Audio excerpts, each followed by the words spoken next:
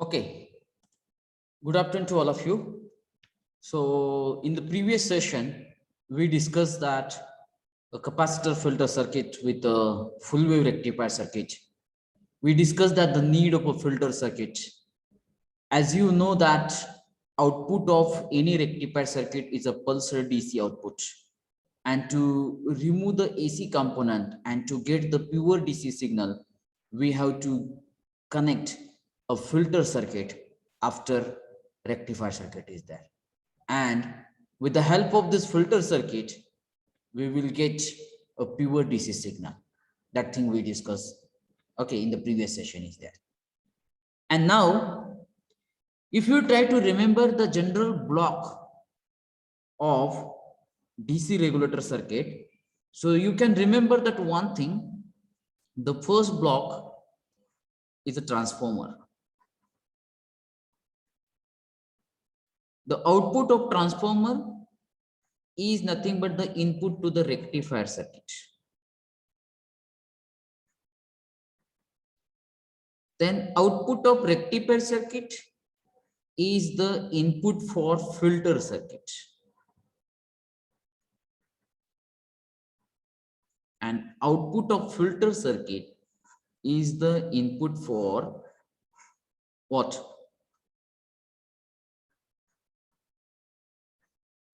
Regulator circuit.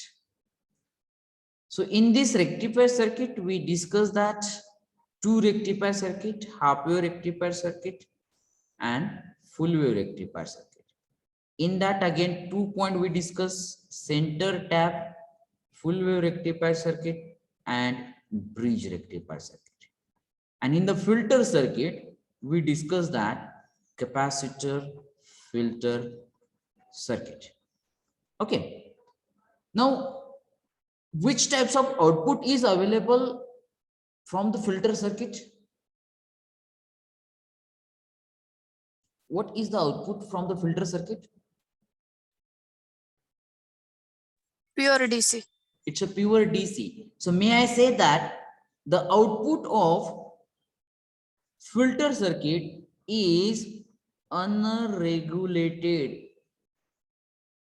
pure DC signal.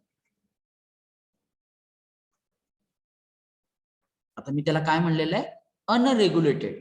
कारण जसं तुमचं इनपुट चेंज होईल तसं तुमचं प्युअर डीसीचा सिग्नल सुद्धा चेंज होणार आहे. बरोबर आहे. म्हणजे इनपुट वाढवलं तर फिल्टर सर्किटचं सुद्धा आउटपुट सुद्धा काय होणार आहे, प्युअर डीसी सिग्नल सुद्धा काय होणार आहे, तुमचा वाढणार आहे. म्हणजे output of filter circuit is depends upon that input parameter. But आता जर आपण एक्झाम्पल ऑलरेडी घेतलं होतं की आपली सेलफोनची बॅटरी चार्ज करण्यासाठी आपण अजून केलंय की प्युअर डीसी 5 व्होल्टच लागतंय, त्याच्यापेक्षा जास्त चालत नाही. 6 व्होल्ट दिलं तर definitely it is not acceptable. मग हे प्युअर डीसीचं फिल्टर सर्किटचं आउटपुट हे रेग्युलेटेड नाहीये. हे as per the input parameter it will be also vary. Then how to get the constant voltage? Because to charge a cell phone battery, we require the constant 5 volt pure DC signal, and for that purpose, the regulator circuit is required. And now in this session, we are going to discuss that the regulator circuit is there. Okay. And now, before proceed further, let me remind you one more thing, which is nothing but PN junction diode. PN junction diode when work in a reverse bias. When work in a reverse bias. Now try to remember that what the thing happened when the diode is connected in a reverse bias. Can anyone explain me? Or can you put your views in this regard? PN junction diode in a reverse bias. What actually happened? What you know about that the reverse bias PN junction diode? At least one sentence. Minimum current flow होतो त्यातून. Okay, minimum current flows. Very good.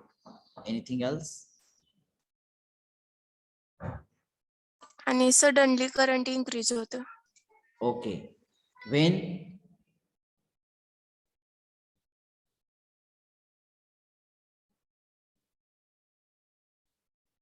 Okay, आता मी प्रश्न विचारतो.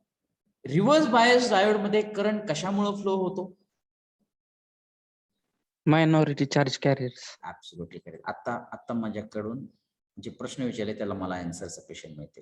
Minority charge carriers. Okay, मग हे minority charge carrier हे reverse bias voltage वरती depends आहेत का?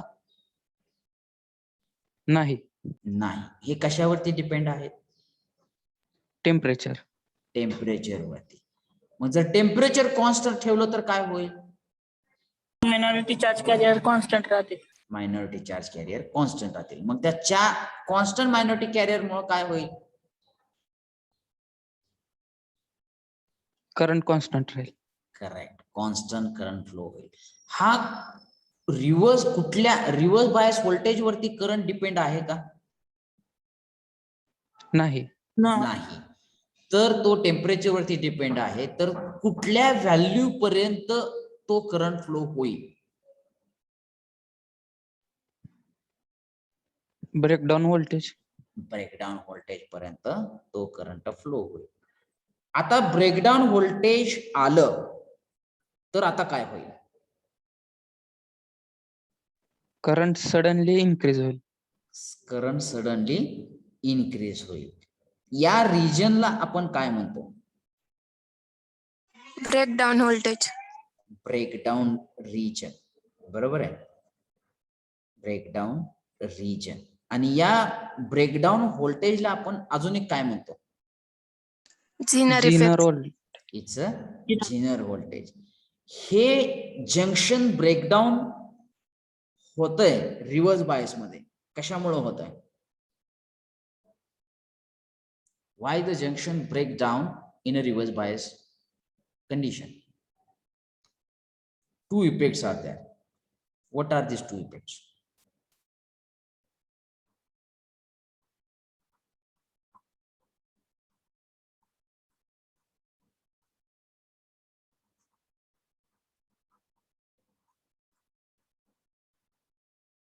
Avalanche effect and Zener effect. शिकलोय का आपण ही? Yes or no? Yes, sir. Ha.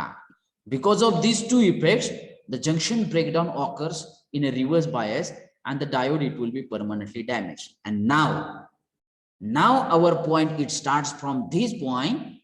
As you know that in the breakdown region,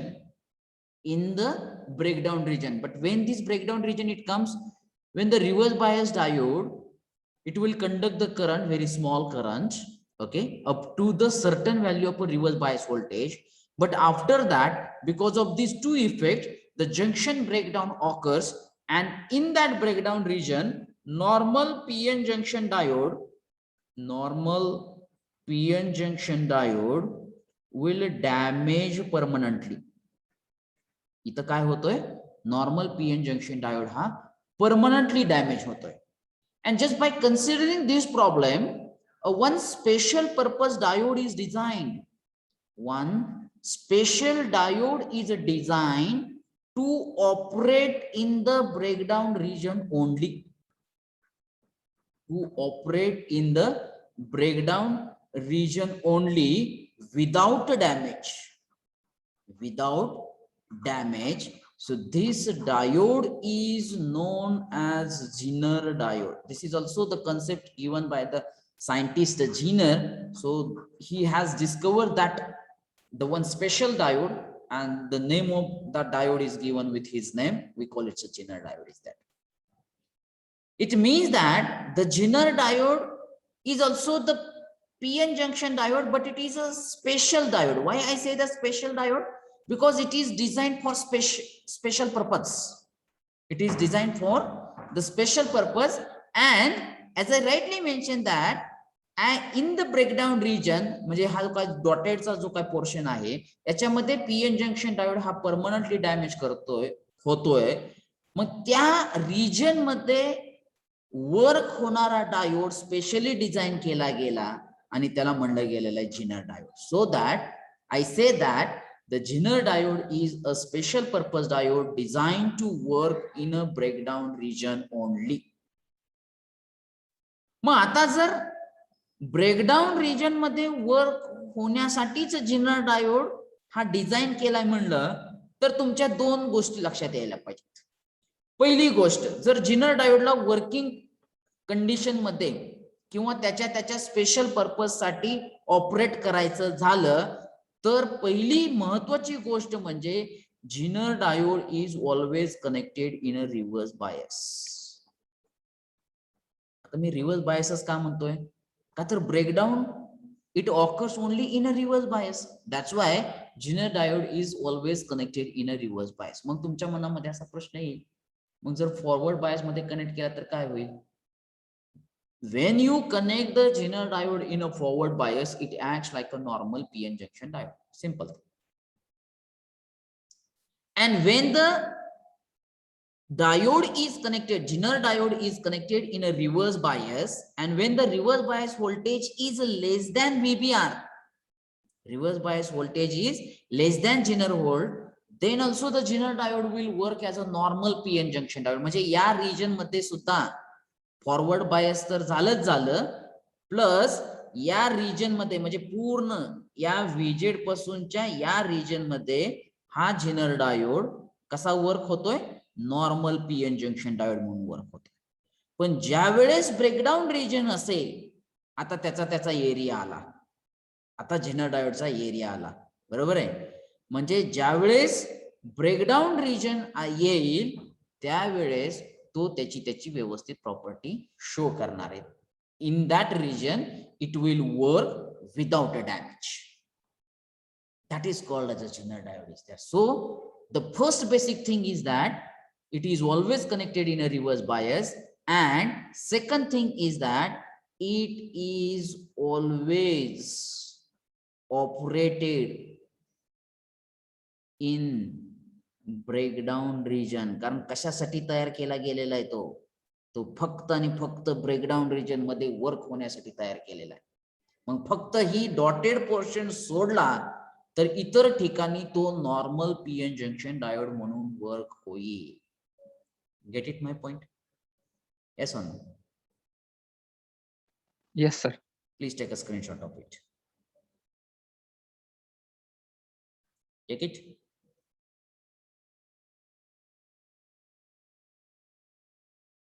Okay. And now just try to read that there's some basic theory related to the Zener diode.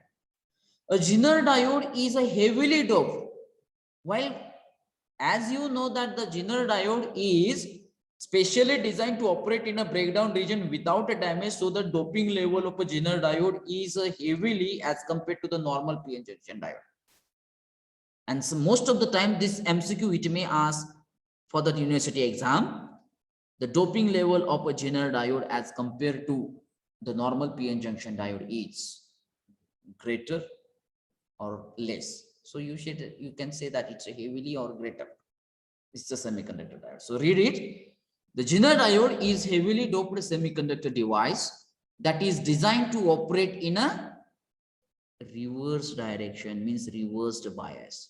And let me be specific, I can write it down. That is designed to operate in a breakdown region only. Okay. So the material for the construction of that Zener diode is a semiconductor. म्हणजे हे सेमीकंडक्टरच diode आहे, तो PN जंक्शनच diode आहे. But by increasing the doping level it is design specially design to operate in a breakdown region without damages. म्हणजे तो PN junction diode आहे, म्हणजे तो सेमीकंडक्टर सिलिकॉन आणि जर्मेनियम पासून तयार केलेला डायोड आहे. But the difference is that it work in a reverse bias or in a breakdown region without a damage. And the difference in the symbol, आता बघा हा symbol सुद्धा तुम्हाला PN junction diode सारखाच दिसेल, but only the bar having the shape just like a Z for Zener diode, nothing greater than that. And how it actually looks in this way. मग Zener diode जर तुम्ही बघितला तर एका टर्मिनलला इथं तुम्हाला व्हाईट स्ट्रीप किंवा ट्रान्सपरंट स्ट्रीप दिसेल. ही तुम्हाला एक ट्रान्सपरंट स्ट्रीप दिसेल बघा. मग ही ज्या इलेक्ट्रोडच्या जवळ ती स्ट्रीप आहे तो इलेक्ट्रोड म्हणजे anode, and another one is a cathode. In this way you can identify the positive and the negative terminal of the Zener diode is there. And now you can try to read it. A Zener diode, also known as a breakdown diode, is a heavily doped semiconductor device that is designed to operate in a reverse direction. Okay. When the voltage across the terminals of the diode is reversed and the potential reached to the Zener diode or breakdown voltage, the junction breakdown and the current flows in the reverse direction. This effect is known as a Zener effect. Actually, this effect, with the help of this effect, this special purpose diode is designed by the Zener scientist. That's why the name of that effect is known as with its Zener effect is there. Okay, now you can see that the forward and the reverse characteristic of a Zener diode. आता मी already सांगितलंय की तुम्हाला की Zener diode हा breakdown region साठी specially design केला गेलेला diode आहे. मग ब्रेकडाउन रिजन हे कुठून कुठपर्यंत आहे बघा, ही लाईन दाखवते बघा तुम्हाला, हे ब्रेकडाउन रिजन आहे. This line to this line means I can show with the dotted line also. This is the breakdown region is that. मग ब्रेकडाउन रिजन सोडून जर तुम्ही इतर ग्राफचा हा दुसरा पोर्शन जर घेतला, फक्त डॉटेडचा पोर्शन सोडला, तर या ठिकाणी Zener डायोड हा नॉर्मल पीएन जंक्शन डायोड म्हणून ऍक्ट, म्हणजे तो फॉरवर्ड बायस मध्ये तो नॉर्मल पीएन जंक्शन डायोड म्हणून ऍक्ट होईलच होईल. प्लस जर रिव्हर्स बायस व्होल्टेज VR जर लेस दॅन VZ असेल, बघा हे म्हणजे तुमचं Zener व्होल्टेज आहे, बरोबर आहे. मग जर रिव्हर्स बायस व्होल्टेज हे लेस दॅन VZ आहे, मग हे VZ कोणत्या एरियासाठी येत आहे हो, या रिजन साठी येतात. म्हणजे जरी तो रिव्हर्स बायस मध्ये कनेक्ट केला, परंतु VR म्हणजे reverse bias voltage across the Zener diode when it is less than the Zener voltage, that time also it acts like a normal PN junction diode. मग आता तुमच्या हे लक्ष येईल की Zener डायोड ही त्याची जो स्पेशली डिझाइन केला गेलाय तो फक्त आणि फक्त या डॉटेड पोर्शन साठीच तयार केला गेलेला आहे. And what the properties that Zener diode gives that? When the Zener diode is connected in a reverse bias and when the reverse bias voltage is above the Zener voltage, that time the Zener diode would create or maintain the constant terminal voltage across it. म्हणजे त्यावेळेस जरी तुम्ही reverse bias voltage VZ पेक्षा increase केलं तर तुम्हाला इथं एक अप्रॉक्सिमेट स्ट्रेट लाईन दिसेल. And what this straight line indicates? It indicates that the voltage across the Zener diode is always constant no matter the current will be increases. म्हणजे तुम्हाला current increase झालेला दिसतोय, परंतु त्या डायोडच्या अक्रॉस जे काय व्होल्टेज असणार आहे ते व्होल्टेज किती असणार आहे, हे कायम Zener व्होल्टेज एवढंच असणार आहे. And by increasing the doping level, nowadays the Zener diode is available in the range of 2 volt to 200 volt. मग आता हे Zener voltage 2 volt to 200 volt म्हणजे काय? सपोज मी आता असं कन्सिडर केला की Zener डायोड हा 5 volt Zener व्होल्टेजचा आहे. मग जर रिव्हर्स बायस व्होल्टेज तुमचं 1 volt असेल त्यावेळेस तो नॉर्मल पीएन जंक्शन डायोड म्हणूनच ऍक्ट होईल. ज्यावेळेस ते 2 volt असेल त्यावेळेस सुद्धा ते ही कंडिशन येते, त्यावेळेस सुद्धा तो नॉर्मल पीएन जंक्शन डायोड असेल. मग 3 व्होल्टला 4 व्होल्टला तो नॉर्मल पीएन जंक्शन डायोड म्हणूनच ऍक्ट होईल. परंतु ज्यावेळेस रिव्हर्स बायस व्होल्टेज हे Zener व्होल्टेज पेक्षा ग्रेटर येईल, म्हणजे आता जर मी असं म्हणलं की reverse bias voltage is a 6 volt आणि आपण Zener डायोड किती व्होल्टेजचा घेतलाय, 5 व्होल्टचा घेतलाय. Now the breakdown region it starts. And when the reverse bias voltage is greater than the Zener voltage, that time the breakdown region it starts, and in that region only the Zener diode it works. And how it works? It maintain the constant voltage across its terminals. The current can be increases through the Zener diode. Is it that clear? The basic properties of this or the characteristics of a Zener diode? Yes or no?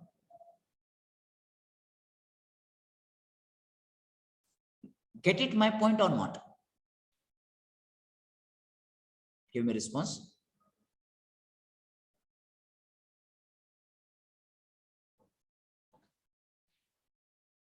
No one. Ashwini Chavan.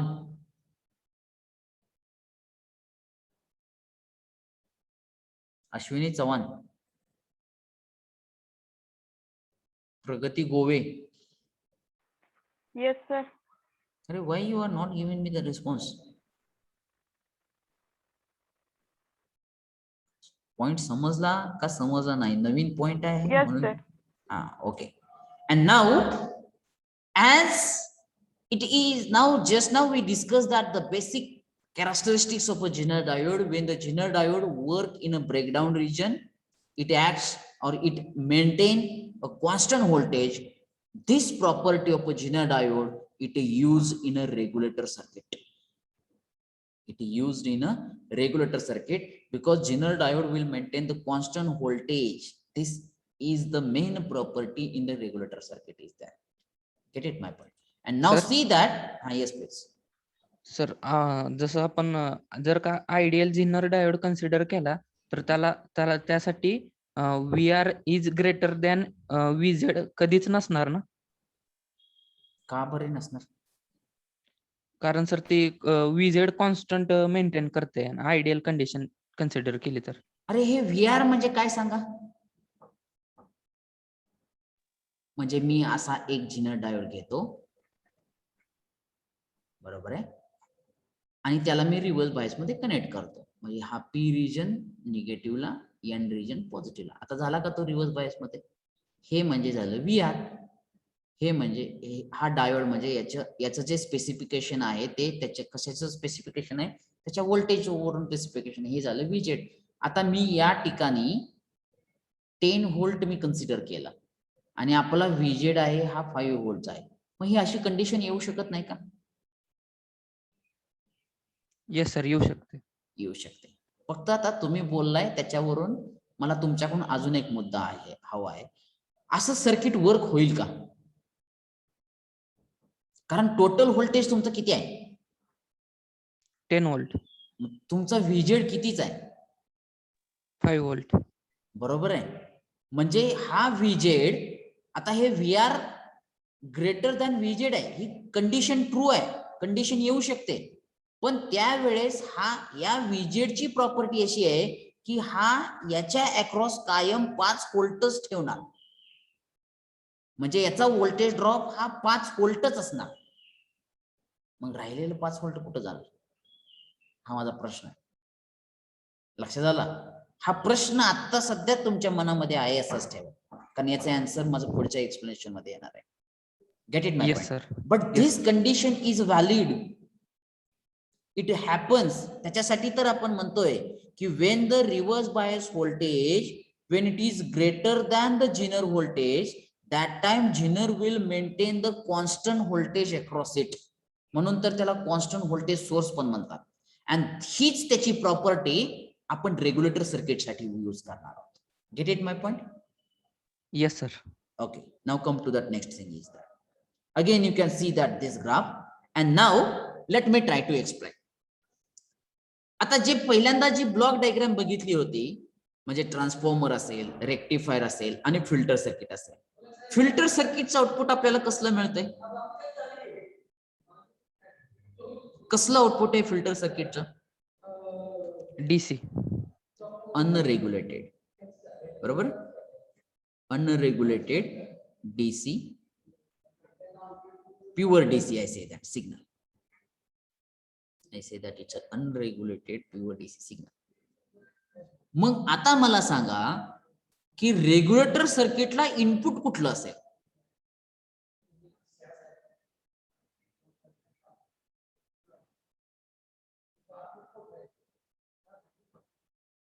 अरे block diagram विसरला का? Regulator circuit रेक्टिफायरच्या load resistance मध्ये त्याच्यामध्ये filter circuit आहे की, बरोबर का? म्हणजे फिल्टर सर्किटचं इनपुट हे रेग्युलेटर सर्किटला, सॉरी फिल्टर सर्किटचं आउटपुट हे अनरेग्युलेटेड प्युअर DC सिग्नल हे रेग्युलेटरला इनपुट सिग्नल म्हणून ऍक्ट होईल. Am I right? Yes sir. And where you check that output? Where you check that output? Across load resistors RL. बरोबर आहे ना? तुम्ही रेक्टिफायर सर्किट घ्या, फिल्टर सर्किट घ्या, आपण आउटपुट कुठं बघतो कायम? Across load resistors RL. आता या RL मधून प्युअर DC सिग्नल फ्लो होत होता, म्हणून आपल्याला इथं प्युअर DC व्होल्टेज तयार होत होतं.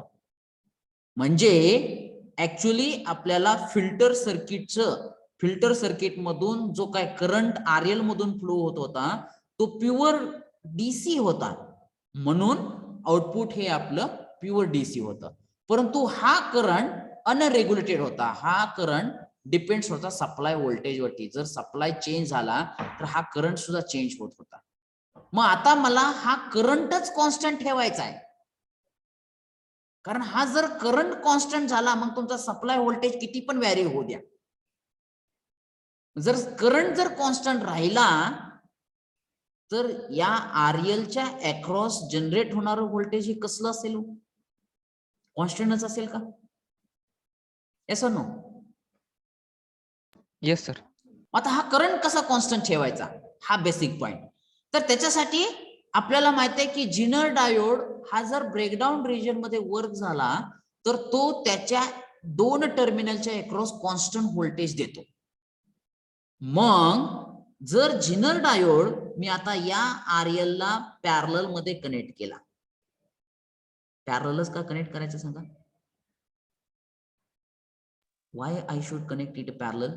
कारण हा जिनर डायोड कॉन्स्टंट व्होल्टेज तयार करणार आहे. मग जर त्याच्या दोन टर्मिनलच्या अक्रॉस कॉन्स्टंट व्होल्टेज आणि ते पण किती असणार? व्हीजेड एवढं असणार. जर हा व्हीजेड ऍज अ कॉन्स्टंट व्होल्टेज त्याच्या दोन टर्मिनल मध्ये ठेवत असेल तर पॅरलल सर्किटची प्रॉपर्टी काय सांगते की जर डायोडच्या अक्रॉस कॉन्स्टंट व्होल्टेज असेल तर डेफिनेटली RLच्या अक्रॉस सुद्धा तुम्हाला कसलं व्होल्टेज मिळेल? कॉन्स्टंटच मिळेल का पॅरलल सर्किटच्या प्रॉपर्टीनुसार? कारण पॅरलल सर्किटची प्रॉपर्टी काय सांगते? The voltage across the parallel branch is always remain same. Is it right? Yes sir. And for that purpose we have connected Zener diode in a parallel. पहिला point लक्षात घ्या सगळेजण, कारण हा पॉइंट लक्षात येणं गरजेचं आहे. का तर पुन्हा तुमच्या मनामध्ये प्रश्न असा येऊ शकतो की सिरीज मध्ये का नाही? आपल्याला काय पाहिजे, आपल्याला काय हवंय, आपलं एक्सपेक्टेशन काय हवंय? RLच्या अक्रॉस कॉन्स्टंट व्होल्टेज पाहिजे. आता ज्यावेळेस मी जिनर डायोड हा RL ला पॅरलल कनेक्ट केलाय त्यावेळेस माझं कॉन्स्टंट व्होल्टेज, आउटपुट व्होल्टेज किती असेल? आणि ते असेल व्हीजेड.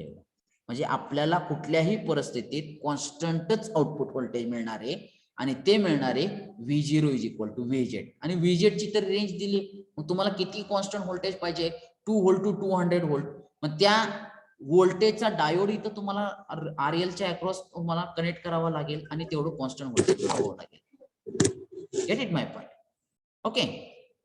अँड नाउ आता जिनर डायोड तर आपण पॅरलल कनेक्ट केलाय कॉन्स्टंट व्होल्टेज मिळण्यासाठी, परंतु जिनर डायोड कोणत्या दोन क्रायटेरिया फुलफिल केल्यानंतर कॉन्स्टंट व्होल्टेज तयार करतोय?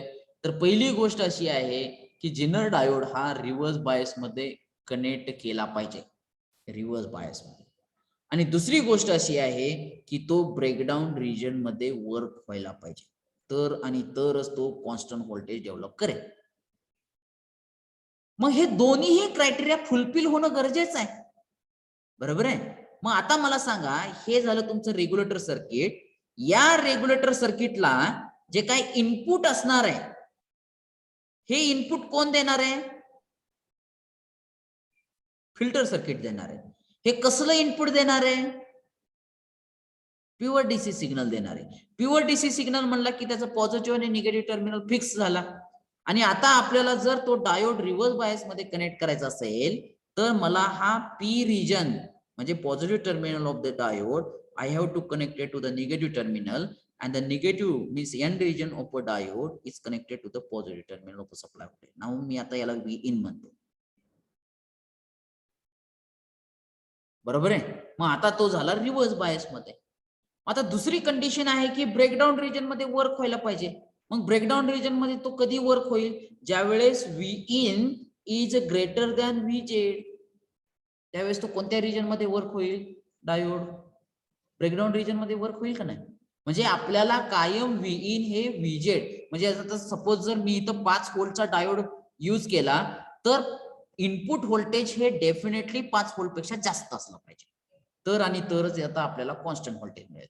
जर ते 5 व्होल्ट पेक्षा कमी असेल तर तो नॉर्मल पीएन जंक्शन डायोड म्हणून वर्क होईल आणि त्यामुळे तुम्हाला आउटपुट व्होल्टेज जे मिळेल ते कॉन्स्टंट मिळणार नाही. Gate it my point. And another one point जो मी प्रश्न पहिल्यांदा या पॉइंट ठिकाणी इथं तुम्हाला क्वेश्चन मार्क दिला होता की फक्त आणि फक्त डायोड कनेक्ट करून आपल्याला चालणार नाही, त्याच्याबरोबर आपल्याला एक सिरीज रेजिस्टन्स पण कनेक्ट करावा लागेल. का कनेक्ट करावं लागेल? जर आपलं इनपुट व्होल्टेज 10 व्होल्ट आहे असं कन्सिडर करा, मग ही कंडिशन सॅटिस्फाईड झाली, ही पण कंडिशन सॅटिस्फाईड झाली, तर जिनर डायोड या 2 पॅरलल ब्रँचच्या अक्रॉस किती व्होल्टेज तयार करेल? जिनर डायोड 5 व्होल्टचा आहे म्हणजे VZ is equal to 5 volt, so output voltage is equal to 5 volt. परंतु इनपुट व्होल्टेज 10 व्होल्ट आहे, मग राहिलेला व्होल्टेज ड्रॉप कुठल्या तरी रेजिस्टरच्या अक्रॉस व्हायला नको का, म्हणून इथं रेजिस्टन्स पाहिजे. म्हणजे 5 व्होल्ट इथं राहील आणि 5 व्होल्ट जिनर डायोड तयार करेल. So this is the importance of a series resistor to this parallel combination. हे झालं तुमचं regulator circuit. Is this point clear? Yes sir. आता काय म्हणतोय मी की ह्या 2 क्रायटेरिया म्हणजे एक तर तो रिव्हर्स बायस मध्ये आणि दुसरा म्हणजे ब्रेकडाऊन रिजन मध्ये वर्क झाला तर मग तुम्ही बाकीचे इतर कुठलेही पॅरामीटर चेंज करा, जिनर डायोड हा कायम तुम्हाला कॉन्स्टंट व्होल्टेज देणार आणि ते व्होल्टेज असणार V0 is equal to VZ. मग आता आपण पहिली केस बघूया. पहिली केस, मग त्यापूर्वी पहिली केस बघण्यापूर्वी आता हे जे काही सर्किट आहे आपल्याला माहित आहे की current is always starts it's journey from positive terminal, so I say that this is current I. आता हा I RS मधून फ्लो होऊन ज्यावेळेस इथं येईल त्यावेळेस त्याला 2 वेगवेगळे पाथ असेल. तर जिनर डायोड मधून जो काय करंट फ्लो होईल त्याला आपण म्हणूया IZ आणि RL मधून जो करंट फ्लो होईल त्याला म्हणू आपण IL. मग आपल्याला माहित आहे की हे 2 कंडिशन्स तर फुलफिल आहेत असं आपण अज्युम करून चाललोय, त्यावेळेस आउटपुट व्होल्टेज हे कायम VZ आहे. मग आउटपुट व्होल्टेज VZ एवढं येण्यासाठी काहीतरी IL करंट फ्लो या RL मधून झाला पाहिजे. म्हणजे there should be the certain value of IL current and for that I write that the one standard equation for the current I is equal to IZ plus IL. आता व्यवस्थित ऐका, कारण concept फार महत्वाचा आहे, ते व्यवस्थित ऐकला तर तुम्हाला लक्षात येणार आहे. बघा आता ज्या अर्थी मी I is equal to IZ plus IL लिहिलंय बघा, त्या अर्थी आता आपण असं कन्सिडर करूया की I हा 5 एम्पियर आहे, IZ हा 2 एम्पियर आहे आणि IL हा 3 एम्पियर आहे आणि हा 3 एम्पियर करंट ज्यावेळेस RL मधून फ्लो होईल त्यावेळेस असं अज्युम करूया की V0 is equal to VZ ही कंडिशन येते. म्हणजे आपल्याला कोणता करंट कॉन्स्टंट पाहिजे? हा करंट कॉन्स्टंट पाहिजे. Get it my point. आता ते कसं पॉसिबल आहे? आता जर मी पहिली केस अशी कन्सिडर केली की इनपुट व्होल्टेज इन्क्रीजेस म्हणजे अपवर्ड एरो करतो.